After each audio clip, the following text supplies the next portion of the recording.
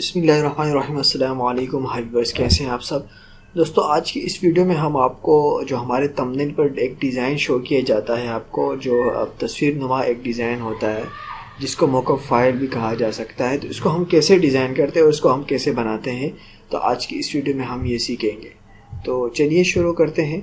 तो सबसे पहले देखिए, हमने एक डिज़ाइन बनाया और जिसको JPEG फाइल में यानी इमेज वाले जो फॉर्मेट है उसमें रखा है।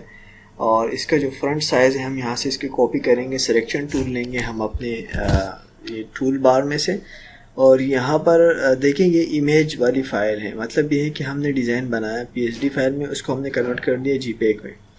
हम यहाँ से सबसे पहले थंबनेल का साइज़ अपना लेते हैं, जो हमारा बैकग्राउंड होगा नीचे 1280 बाई 720, जो हमारे YouTube का थंबनेल का साइज़ होता है वो लेता हूँ। RGB कलर मोड मैंने सेलेक्ट किया। RGB और CMY के हम कहाँ सेलेक्ट करते हैं ये सब हमने बता दिए है। और यहाँ से हमने कलर मोड में जाकर यहाँ से हमने ग्रेडियंट्स अप्लाई किया और इसी तरह रिडायल किया हमने, और उसके बाद हमने इसकी जो स्केल्स वगैरह हैं हमने इस तरह, अब जैसे मैं वीडियो को कर रहा हूँ आप इस तरह फॉलो करें।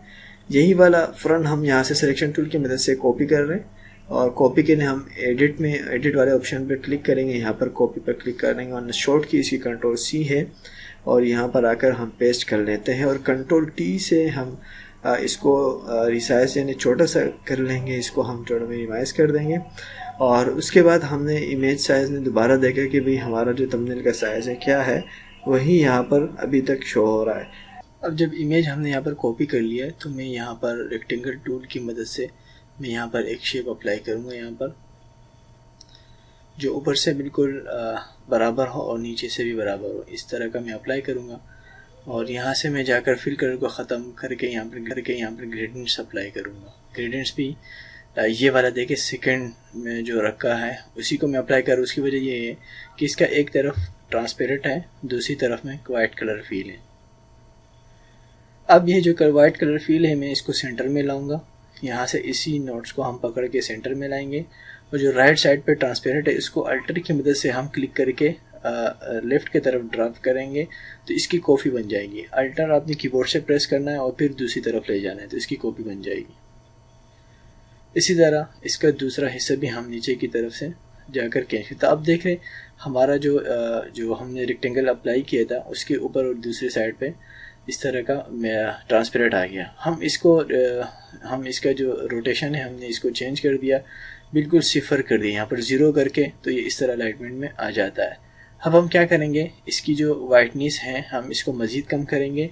तो आप मेरा वीडियो को गौर से देखें, मैं जो स्टेप फॉलो कर रहा हूँ आप उसको करें। मैंने ब्लैक कलर को जो सेंटर वाला था उसको मैंने सेलेक्ट किया था, और उसके जो साइड्स के जो नोट्स थे उसको मैं इसके करीब ला रहा हूँ। तो देखें हमारे जो वेक्टर जो हमने फ़ाइल ली थी, यानी जो हमने शेप लिया था रेक्टेंगल का, उसमें फ़र्क पड़ रहा है, यानी वाइटनेस बिल्कुल सेंटर में आ रहा है और साइडों से थोड़ा थोड़ा ख़त्म हो रहा है। तो अब इसी तरह मैं इन दोनों साइडों से हल्का करूँगा, लाइट रखूँगा वाइट कलर को। ये मैं इसलिए बना रहा हूँ ये जगह, ताकि हमारा ये जैसे कि हम किसी चीज़ की तस्वीर लेते हैं एक तरफ से रोशनी का एक शेड पड़ता है उस पर, तो वो शेड हमें यहाँ पर दिखाना है। अब इसको हमने दोबारा Ctrl+T से सेलेक्ट करके दोनों तरफ से पतला कर लेंगे, छोटा कर लेंगे, और ऊपर नीचे देख लेंगे कहीं इधर उधर ना हुआ हो, यानी हमारा जो इमेज है इमेज से बाहर ये हमारा रेक्टेंगल नहीं गया। यहाँ से हम ओपेसिटी भी इसकी कम कर देंगे। तो आप देख रहे हैं बिल्कुल एक लाइट इफ़ेक्ट बन गया है, कि जैसे हम लाइट की इफ़ेक्ट बनाते हैं उसी तरह बन गया है।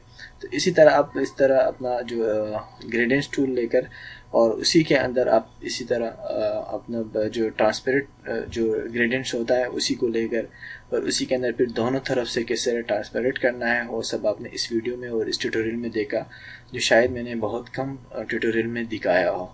तो इसी तरह आप अपनी मर्ज़ी का जो ग्रेडियंट्स है वो बना भी सकते हैं। तो आपने यहाँ पर देखा। अब हम क्या करेंगे, इसी का हमने ड्रॉप शेडो लेना है।